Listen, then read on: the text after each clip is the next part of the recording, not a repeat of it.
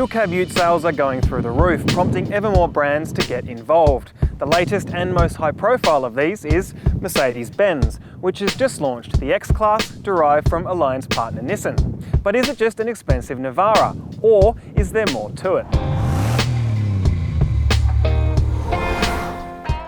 Well, there are some key differences. Notably, its 70mm wider track, reinforced cross members, thicker all-round coils, different dampers, completely new cabin layout, and entirely new exterior panels and parts, with the exception of the Nissan door handles. Oh, and the pricing. We've got the mid-range X-Class progressive version here, priced at $57,800 before on-road costs. That's $3,000 more than a Navara STX and about matches a Ford Ranger XLT. However, ute buyers almost never pay the full retail price, and Mercedes will need to consider this reality at some point. Now let's start at the business end, the tray. Our tester is fitted with an optional $900 plastic bed liner. Mercedes-Benz will also happily sell you a hard tonneau cover or a soft tonneau cover, or even a full canopy if you want. On the downside, we can't help but notice that the plastic handle for this tailgate is a little bit flimsy. And unless you opt for the optional damping, it's pretty heavy as well, really tests the arms. Moreover, that sports bar looks the part, but Mercedes-Benz will charge you $1,551 for the pleasure. On the upside, it's one of the few utes in its class that can fit a standard pallet between the arches, though with the bed liner fitted, it's a very tight fit indeed, and we love these handy loading rails as well. The claim payload is an excellent 1,045 kilograms, 114 kilos more than a Navara STX in Series 3, guys. We trialled it with 650 kilos on board, and there was very little sag at the rear or steering vagueness at the front. Pretty impressive, though of course we suspect many people will never carry more than a couple of hundred kilos at most. One of the areas where the Navara trails behind many rivals is rear seat space, and unfortunately the X-Class follows suit. Legroom and headroom back here is really quite limited. There's definitely more space in something like a Ranger or a Colorado. Moreover, this optional extra headlining may look really cool here, but it's peculiarly half finished at the rear. Not exactly a premium touch. And there's not a flip down center armrest with cup holders like most rivals. On the plus side, you do get amenities like rear air vents. It's one of the few utes in the class with those, plus a 12-volt outlet, ISOFIX anchors for your child seats, that really cool sliding back window, and the reassurance of side head protecting airbags as standard. A potential second family car? Absolutely. But if you're regularly carrying 4 burly blokes, then the Ranger or Colorado may work better for you. Up front, now we're talking. This is a really nice premium interior that looks like nothing else in the class. There's this fantastic Mercedes-Benz steering wheel that's a pleasure to hold, big digital trip computer flanked by really premium looking gauges, floating tablet screen controlled by this rotary dial here that helps you keep your grubby hands off the screen, and build quality in here feels really good. It's actually screwed together better than most.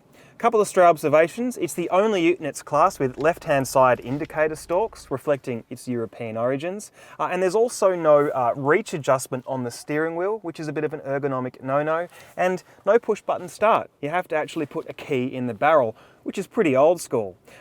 The one area though where I have a particular grievance with this car is value for money. So the base price seems reasonable, but I'm going to read you from the spec sheet here, because this car has a ton of options. Now, apparently it has $14,280 worth of extras, basically the price of a Toyota Yaris on top of the price of the X-Class. So, there's the parking pack with auto parking software and an admittedly awesome 360-degree overhead camera for $1,750.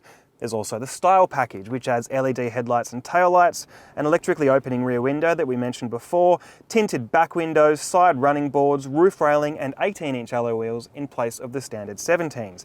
That pack costs $3,750. Then there's the comfort package, which brings electric seats finished in faux leather and microfiber cloth, a front stowage net, and automatic climate control, $2,490. They want you to pay extra for the bloody stowage net.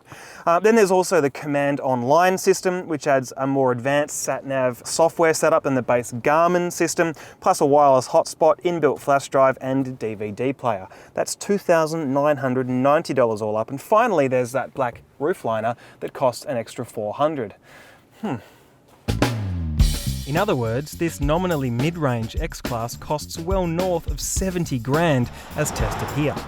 Yikes.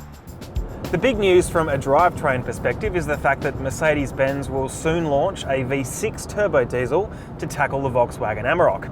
For the time being though, the only engine available is the same 2.3 litre twin turbo diesel as offered in the Navara, with an unchanged 140 kilowatts of peak power and 450 newton meters of peak torque, matched in this guise to a 7-speed automatic transmission. Now, it's worth remembering that the changes Mercedes-Benz has made to this car have added about 150 kilos of curb weight. Don't worry, the engine's hardly a sluggard, it's got ample get up and go and decent rolling response, and the towing capacity is an unchanged 3.5 tonnes. However, it does go without saying that it's not exactly a performance leader in the class. A Holden Colorado certainly feels a little bit punchier off the line.